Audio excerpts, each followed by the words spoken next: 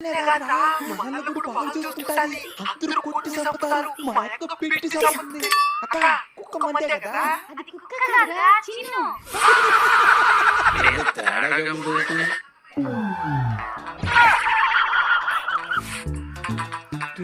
అక్క మన కోసం క్యారెట్ కట్ చేస్తుందిరా. ఇంక మనకి పెట్టే చంపేస్తుంది.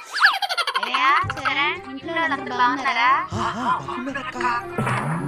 బాగులే వద్దులేక చేతిలో ఇచ్చేసి తినేస్తాం. నీకు కాదు చిన్నగాడికి.